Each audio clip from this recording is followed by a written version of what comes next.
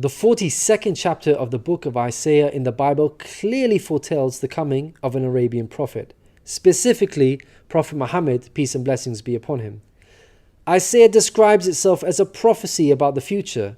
God states that, "The former things have taken place, and new things I declare."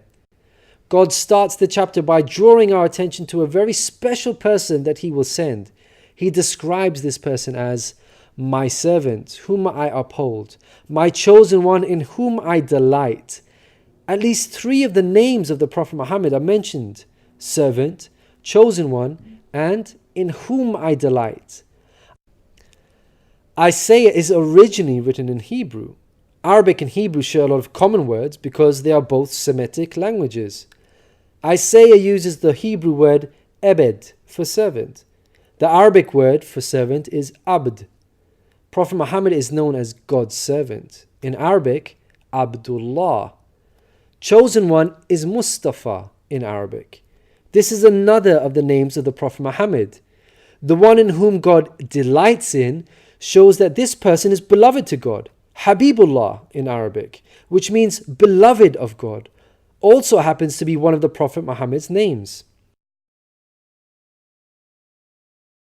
In Isaiah, God also reveals the location of this special person. He states, "Let the wilderness and its towns raise their voices. Let the settlements where Kedar lives rejoice." Out of all the nations on earth that God inspired Isaiah to mention, he chose to highlight Kedar's location, so we should pay special attention. Throughout the Bible, Kedar and his sons are linked to Arabia. For example, the book of Ezekiel tells us that Arabia and all the princes of Kedar were your favorite dealers in lambs, rams, and goats. In these they did business with you. In Isaiah, God goes on to narrow the location down further to a specific city within Arabia. He states that the people of Selah should sing for joy. Let them shout from the mountaintops. The place Selah pinpoints the exact location in Arabia. The place being spoken of is the city of Madinah in Saudi Arabia, because Selah is the name of a famous mountain in Madinah. Medina was the city of the Prophet Muhammad. An important point worth mentioning is that historically we know there was a presence of various Jewish tribes in Medina before the advent of the Prophet Muhammad. Both Jewish historians and Islamic history records this fact. The question then arises, why were there numerous Jewish tribes within Medina? The answer is that the learned Jews were aware of this prophecy in Isaiah and were anxiously awaiting the coming of a new prophet. Islamic history records the fact that whenever a dispute arose between the Jews and the Arabs in Medina, the Jews used to taunt their pagan Arab neighbors by saying, "When our prophet arrives, we shall obliterate you." The Quran also affirms this. God says, "Is it not a sign to them that the learned men of the children of Israel knew it as true?" In Isaiah, God informs us that the special person will bring something new. Mankind is told that we will sing to the Lord a new song, His praise from the ends of the earth. The statement "a new song" means a new law, a new way of worship. This is exactly what Islam represents. The emphasis on the new song here is singing the praise of God all over the earth. The Quran opens with the statement, "Praise be to God, Lord of the worlds," and is recited by Muslims all over the world during prayers every day. The new song cannot refer to Jesus because he did not bring about anything new. Rather, he confirmed the law of Moses that was already there. In the Gospel of Matthew, Jesus said, "Think not I am come to destroy the law or the prophets. I am not come to destroy, but fulfill." Jesus obeyed and followed the law of Moses throughout his life. Jesus didn't sing a new song. He sang the same song of Moses, the Torah. Moreover, the disciples of Jesus also followed the law of Moses, even after Jesus departed. In the book of Acts, we are told that the disciples looked to the Torah for guidance. For the law of Moses has been preached in every city from the earliest times. In Isaiah, God emphasizes the universal mission of the coming person by mentioning that he will be made a covenant for the people and a light for the Gentiles. Gentiles means non-Jews. The Quran confirms the Prophet Muhammad, peace be upon him, was sent to the whole of mankind, Jews and Gentiles alike. In the Quran, God tells us, "We have sent you, O Prophet, as a bearer of glad tidings and a warner for the whole of mankind, but most people have no knowledge." The verse in Isaiah cannot apply to Jesus, because in the Gospel of Matthew, Jesus said, "I was sent only to the lost sheep of Israel." In Isaiah, God further states that he will lead the blind by ways they have not known. Along unfamiliar paths I will guide them. The pagan Arabs at the time of the Prophet Muhammad fit this description perfectly, because they had not been sent a messenger prior to Muhammad.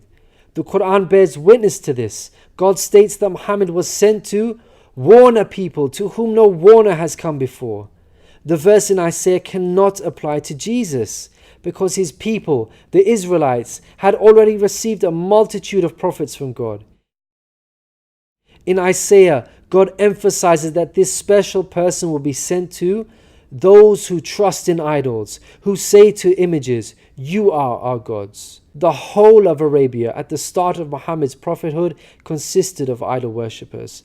Again, this cannot be a reference to Jesus, because his people, the Israelites, were monotheists and not idol worshippers.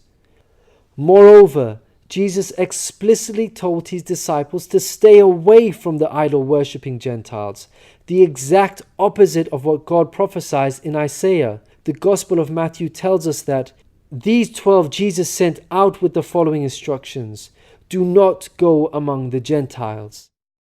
In Isaiah, God states that this special person will be a warrior and will go forth as a mighty man. He shall stir up jealousy like a man of war. He shall cry, yea, roar. He shall prevail against his enemies. Throughout history, God has dealt sternly with those who are sent guidance and persist in disbelief.